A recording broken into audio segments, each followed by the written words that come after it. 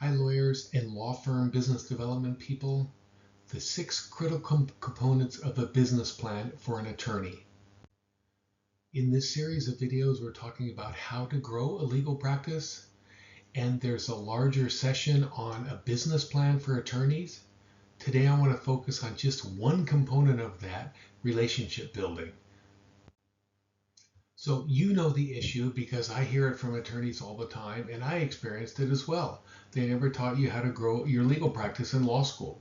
Attorneys share that they want to make more money with less stress and have a life. And I get it. That's where I come in. I coach attorneys one-on-one. I work with law firms. I work with marketing and business development people on how to develop business, coaching attorneys on how to do that. Down below is the free ebook. It's either in the comments or in the description that came out recently. Over 35 pages, covers this topic and also a lot more on how to grow a legal practice. It's free. It's down there in the links. Get that. It'll really help you either kickstart your business development or help fine-tune some of the things that you're already doing. So, relationship building as it relates to a business plan. Only 80% of attorneys have a written business development plan. So the positive side of that is that you're going to be in a very elite status if you're the only one. 92 out of 100 don't have one, but yet you do.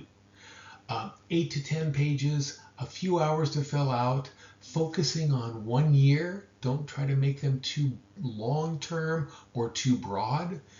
In this session, we're going to talk about focusing on existing clients and existing referral sources. It's where you're going to get the most bang for your buck, and I'll show you in just a moment. And we're going to look at the time allocations and plan accordingly. Okay, it looks like my video is a little bit over that last bit of text, but that's what it says. Looking at time allocations, where you should spend that scarce resource of your time, and then build that into your plan. So, as we saw at the very beginning, the 6 critical components of a business plan for attorneys, and this comes from the full session I have on how to do a business plan, right? Goals, billable and non-billables, relationship building, profile building, CLE and pro bono, and a budget. Really condensed, really focused plan built by an attorney for attorneys. As I said, 8 to 10 pages. Takes you a couple hours to do this, but man, does it make a difference. And man, is it amazing how few attorneys actually take the time to do this. When we talk about goal setting and I talk about relationship building, I like to tell a story of Apple Computer. Jobs would bring all of their people together for a full day. They would go through all of the opportunities they had in front of them. They would narrow down the next year to 3 big goals, not 20, not 30, 3 things that they could accomplish in the next 12 months. And that's a really key observation or a bit of guidance for you when you're talking about a business plan, is making sure that you start broad, but then you get it down to something that is really achievable during the next year. I have another session on goal setting and using lists to do that, so that might be great to check out as a companion to this video. In the business planning session, we talk about, and you should consider, focusing for the next year on 3 existing clients, 3 existing referral sources, and 3 new clients if you have the bandwidth to do that last bit. But really, you'll find that, and I've shared before, that most of your new matters and most of your new clients come through people that you already know. Existing clients, existing referral sources. So when you're doing a business plan for yourself, to focus on the best return on your investment and the best use of your time, should be geared along these lines here. 60% or more of new matters come from existing clients. This was reported by law firms across the US. You probably experience this. Whether you're a solo, medium-sized firm, or you're a member of a larger law firm and you review where your matters are coming from, this is probably true for you. Now, it doesn't, all law firms, if you're doing DUI or criminal law, hopefully you're not getting 60% repeat business from your clients. I'm kind of kidding there. But if you're doing corporate law or any other type of law, real estate, estate planning, etc., matters come from existing clients overwhelmingly, and your um, other source of new matters are business groups, referral sources, personal connections. So again, over 80% of new matters are coming from people that you already know. The same is true for new clients. The majority of those come from existing clients and existing referral sources. It happens, and you see in your plan that you get a brand new client from some brand new source that you never knew about. And the example I usually hear is I just spoke at a conference, or I just presented to the state bar, and in the audience was somebody that came up to talk to me afterwards. We ended up communicating and turned into a client. That's great. That might be an excellent avenue of a new client. I would say, hey, it did come through somebody you already knew. It came through the bar or the place where you were just giving that presentation. So anyway, 3 existing clients, 3 existing referral sources, and 3 new clients. But then what is the hierarchy of choosing 3 existing clients? When I'm working with attorneys and firms and we get to this point, they get really excited. Oh, my top 3 clients. Maybe 3 clients I've never had before, but I've been, working on that for the last couple of years. Okay. What is that hierarchy? What are the parameters for choosing new clients? And you see there, it could be my top 3 clients based on revenue. It might be an upward or a downward trending client. And if you take time to review your clients and look at your financials, you might say, 3 years ago, I did a lot more work for this client. I know that they're continuing to grow, but my work for them has decreased a bit over the last 3 years. Let me work on outreach to them during this next year and build them back up to the level they are at or greater than that. So it might be a downward trending client. It might be an upward trending client. Gosh, we just did some work for some corporate setup work for this new biotech company. They have great future for me. Let me make sure that I build them into my existing plan to continue outreach to them, to continue to grow with them as they grow.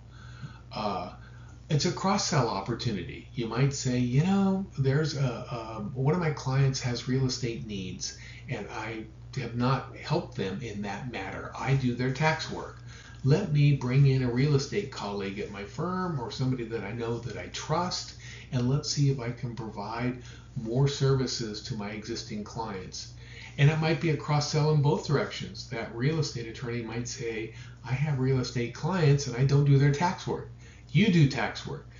Why don't we see how we can collaborate to help our clients, to help ourselves, to get more services out of existing clients? So this might be one of the ways that you choose 3 existing clients. Upward trending, downward trending, one of your top revenue clients, or there's an opportunity to provide more services for them. Go through this. Don't just instantly say my top 3 clients. When you're developing existing relationships, it takes time as well. And it's the number 2 question I get asked by attorneys. Where should I devote and dedicate my business development time?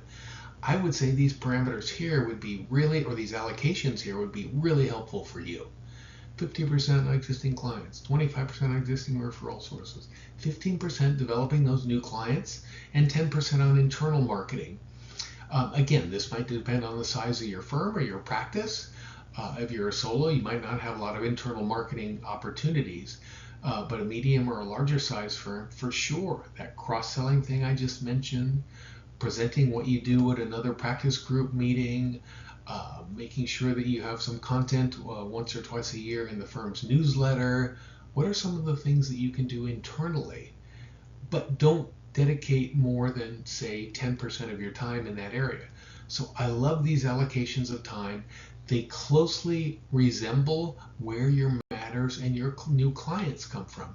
That's why we're trying to fish where the fish are, or whatever that term is, trying to help you dedicate your time where you're going to get the most bang for your buck and the most return on your investment. The practice of law, the business of law, really is a repeat referral relationship business.